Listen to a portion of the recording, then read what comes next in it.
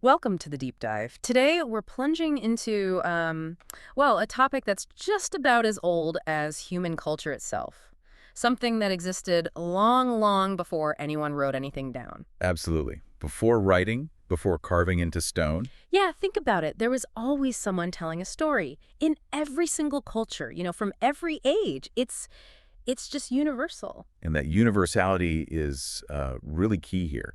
What's so intriguing, I think, is how storytelling has fundamentally shaped societies Hmm. all over the world. It's functioned as, well, far more than just simple entertainment. Right. It's not just about a good yarn.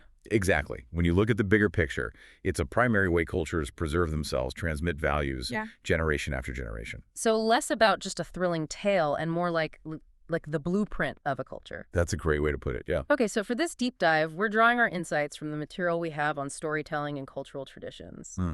Our mission, really, is to explore the sophisticated ways different cultures use the power of narrative. And for purposes that go way beyond just keeping people amused. Definitely. And the core purpose, as our sources highlight, it seems to be threefold.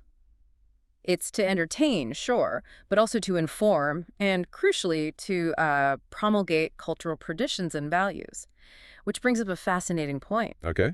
For these functions, the absolute factual truth of a story, often less important than its ability to create cultural cohesion. Ah, okay. So it's about the shared understanding, the collective identity. Precisely, and that can sometimes, transcend strict historical accuracy. That's a really powerful distinction. How a story's impact can be more about its unifying force than its literal truth. Yeah. And when we talk about oral tradition, it's not just someone talking, is it? Not at all. These narratives take on incredibly diverse forms. Like what? Well, you have epic poems, chants, rhymes, songs, myths, legends, fables, Wow. even religious stories, prayers, proverbs. Sometimes even practical instructions are passed down this way. All brought to life through just voice and gestures. Voice, gestures, performance. It really shows the incredible adaptability of human communication. Really does. And maybe to really illustrate how this works, we should look at some specific examples from the source material. They show the kind of mastery different cultures have achieved in this. Yeah, let's do that. And maybe to kick us off, Mhm. let's dive into a tradition that really embodies this reaching back generations with the Choctaw people. Like a lot of Native American tribes, right? The Choctaw have this really rich oral storytelling tradition. And they do. And it's primarily intended, as you'd expect, to preserve their history and educate the young. Okay. What's particularly insightful about the Choctaw tradition, I think, is how their oral history includes two quite distinct creation stories. Two. Yeah. One describes migration from the west, and another focuses on creation from a mound, Naniwaya. And this duality, it isn't just about, historical accounts. It also weaves in life lessons, moral teachings. Ah. In fact, a lot of their traditional tales use animal characters, often to deliver these lessons in a way that's humorous and memorable. Makes sense. Especially for younger generations, right? Yeah. Humor helps things stick. Exactly. It's a uniquely effective teaching tool. That is a clever way to teach complex ideas using humor, relatable characters. You see that across cultures, don't you? Definitely.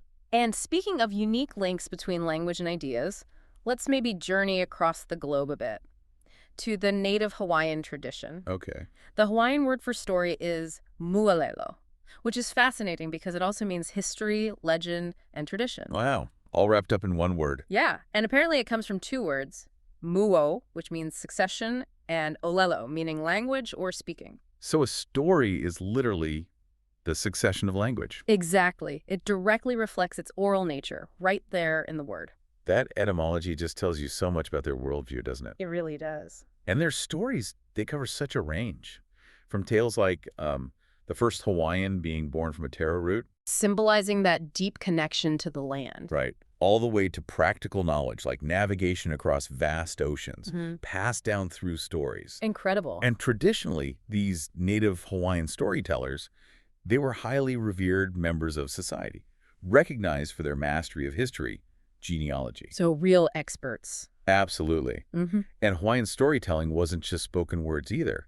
It included mele songs, oli chants, and hula dance. Ah, so it's a whole performance, multisensory, Completely. A holistic and immersive way to transmit culture. designed to really immerse the learner. And this is where it gets, I think, particularly compelling. Mhm. Hawaiians valued these stories not just for entertainment, but because they directly taught the next generation about proper behavior, core values, cultural traditions. It's an incredibly integrated approach, isn't it? Culture, history, values, entertainment, all woven together. Totally integrated. And, if we connect this to the broader idea of communal knowledge transfer, we see similar, really robust traditions in Western Africa. Okay, tell me about that.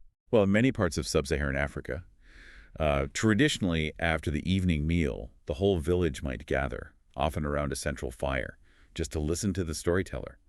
Their role, much like in other cultures we've discussed, is this critical mix of entertainment and education. Right. And I know a long and really integral part of Western African culture are the Gredits. Ah, yes, the Gredits, hugely important. And they're not just storytellers, are they? They're like troubadours, advisors. Exactly. It's a multifaceted role. They can be a storyteller, sure, but also a genealogist, historian, ambassador, musician, praise singer, even counselors to royalty. That's quite a job description. It really is.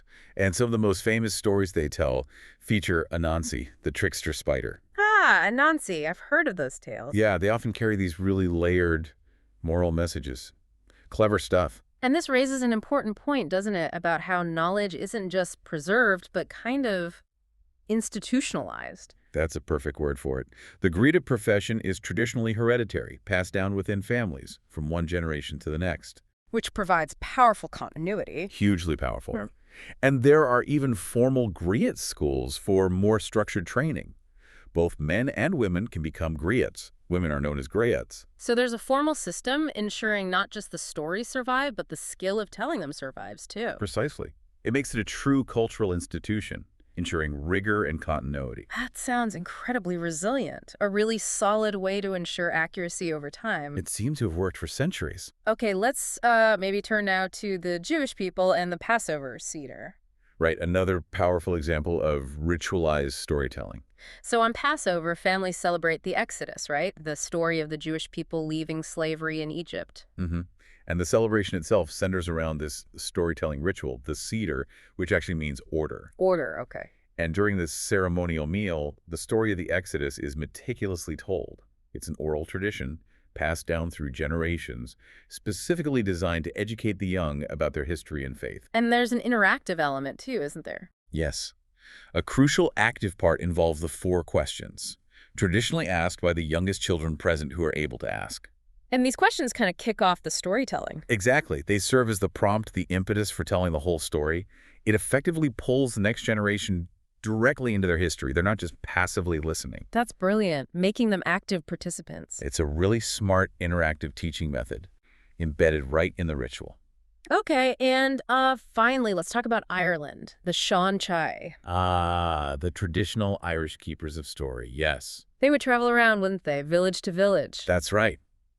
Reciting ancient lore, tales of wisdom. They shared the old myths, definitely, but they also served as a kind of living newspaper. A living newspaper, how so? Well, they'd share local news, gossip, happenings from other villages, keeping people connected in an age before mass media. Fascinating. And prominent in their repertoire were tales of kings and heroes. Oh, absolutely. Often deeply intertwined with the actual landscape and history of Ireland itself, tying the stories to place. And what's really interesting, according to our sources, is that today, storytelling and interest in it seems to be making a comeback. It really does seem to be experiencing a resurgence. There's a quote from an Irish storyteller mentioned in the material. What does it say? They said, "It's a need for connection. I think storytelling nurtures connections with people in real life." A need for connection. That really resonates. It does, doesn't it? It points to maybe a deeper human need that perhaps modern ways of communicating haven't fully satisfied. Yeah, maybe.